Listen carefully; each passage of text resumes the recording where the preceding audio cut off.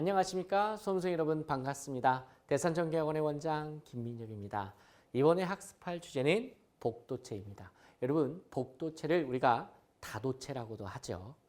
우리가 154, 345, 765 이러한 송전솔로에서는 실질적으로 단도체 방식을 사용하지 않고 복도체 방식을 사용한다라고 배웠어요. 그래서 1차 때 여러분께서 들어보셨을 텐데 154는 2도체, 345는 4도체, 765는 6도체 방식을 실질적으로 사용하고 있습니다. 우리가 1차에서도 이런 내용들이 시험에 나왔었는데 2차에서도 매우 중요하기 때문에 다시 한번 이번 시간에 공부를 해보도록 할게요.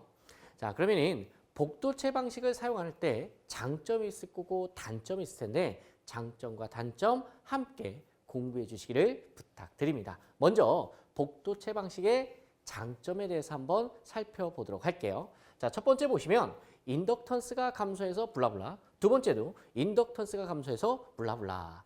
그러면은 일단 중요한 특징 중에 하나가 바로 인덕턴스가 감소한다라는 거예요. 자, 그렇다면 복도체를 사용했을 때 왜 인덕턴스가 감소하는지 그 원리에 대해서 간단하게만 소개를 해드릴게요. 물론 알고 계시는 수험생들도 계시겠지만 모르시는 분들도 있기 때문에 한번 설명을 드립니다. 자, 위의 식은 단도체 방식에서의 인덕턴스를 구하는 공식이에요. 인덕턴스 L인 0.05 플러스 0.4605 로그 10의 R분의 D였죠.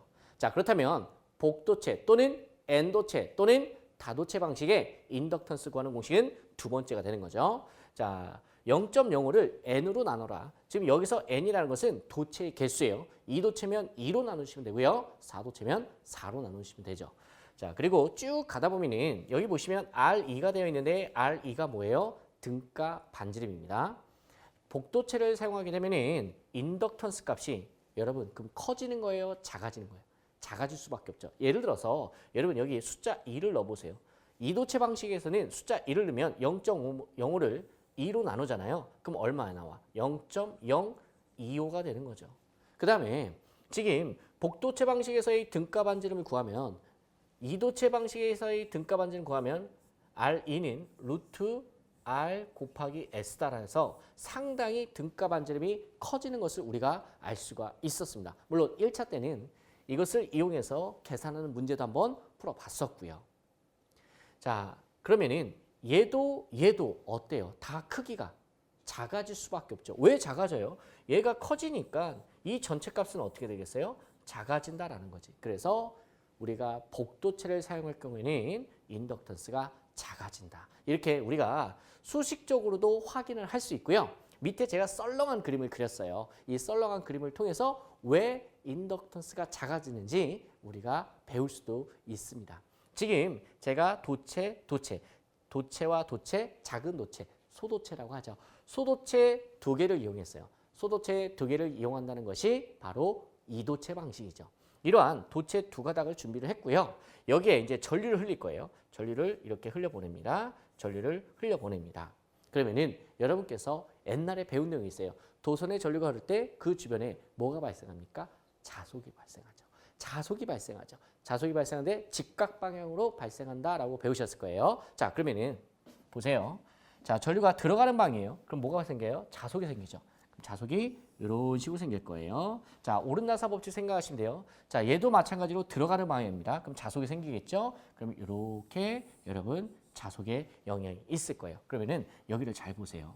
여기가 되게 중요해요, 여러분. 여기 보시면 한쪽은 방향이 내려오고 한쪽은 위에서 올라오죠. 그래서 여기에서는 어떻게 돼요? 자속이 어떻게 된다? 쇄교가 된다라는 거예요. 와우! 자속이 쇄교가 된다는 것은 자속의 영향을 많이 받는 거예요? 적게 받는 거예요? 그렇죠. 적게 받는 거죠. 그렇기 때문에 이 도체 자체가 여러분 그렇죠. 커지는 효과가 있다더라. 그것을 우리가 수학적으로 계산하는 게 바로 등가 반지름이라는 여러분 개념이었던 겁니다. 자, 이랬든 저랬든 인덕턴스가 감소된다. 뭐를 사용하면? 복도체 또는 다도체 방식을. 그래서 그 키가 여기서 시작이 돼야 돼. 인덕턴스가 감소한다. 자, 그러면은 이러한 특징으로 인해서 어떠한 장점들이 나오는지 확인해 보자 이거예요. 인덕턴스가 감소하니까 뭐가 증대됩니까? 허용 전류가 증대될 수밖에 없는 거죠. 왜요? 우리가 전선이 있습니다. 이 전선을요, 전기적으로 우리가 해석을 하면은 이렇게 해석을 하죠. 아, 전선에 저항이 있고 전선에 리액턴스가 있다. 그리고 R과 X가 있습니다. 자, 이 X가 유도성 리액턴스라고 했을 때 XL은 뭐예요? 오메가 L이죠. 보통 일반적으로 우리가 요 오메가는 우리가 상수 처리하지 않습니까? 2파이 F로. 왜? 개통의 주파수는 정주파수 개통이기 때문에 60일치를 유지한단 말이에요. 그래서 얘는 일반적으로 상수 처리예요. 그래서 그냥 생략을 해보고 그럼 L이 감소한데 뭐를 사용하면? 그렇죠. 복도체를 사용하면 그러면 유도성 리액턴스가 어떻게 되는 거야? 감소하게 되는 거죠. 얘가 감소하다 보니까 흘릴 수 있는 전류의 크기는 커질 수밖에 없겠죠. 그래서 허용 전류가 증대된다라는 거고, 자, 같은 맥락에 이러한 유도성 리액턴스가 어떻게 돼요? 작아지니까 뭐가? 송전 용량이 증대가 된다더라.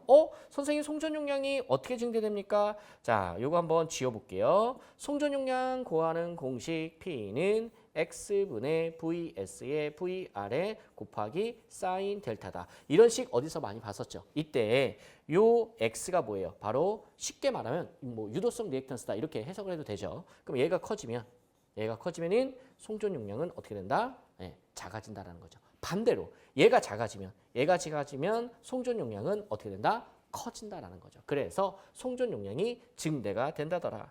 자, 그러면은 여러분 송전 용량이 증대가 돼요. 그럼 송전 용량이 증대가 된다는 것은 안정도가 어떻게 되는 거야? 좋아지는 거죠.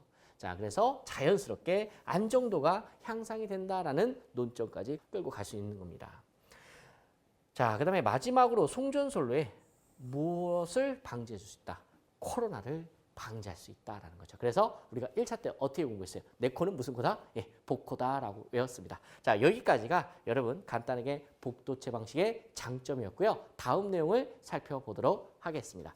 다음 내용은 복도체 방식의 단점이 돼요. 복도체 방식을 사용하면 어떠한 단점이 있는가? 자, 먼저 보시면 가선 작업이 어렵다라는 거야. 즉, 시공이 불편하겠죠. 어렵겠죠. 상당히 고난이도입니다. 그 다음에 건설비가 여러분 어떻습니까? 증대될 수밖에 없겠죠. 그 다음에 흡인력으로 인한 소도체 간에 어떻게 돼요? 충돌이 일어날 수 있겠죠. 그래서 이런 충돌 방지하기 위해서 도체와 도체 사이에 스페이서를 설치한다라고 배웠었습니다. 제가 굳이 단점까지 이야기한 거는 여러분 2차 실기시험에서 장점을 물어볼 수도 있지만 단점을 물어볼 수도 있습니다. 그래서 함께 공부해 주시면 좋습니다. 고생 많으셨습니다. 여러분 정말 고생 많으셨어요. 좋아요, 구독 부탁드립니다.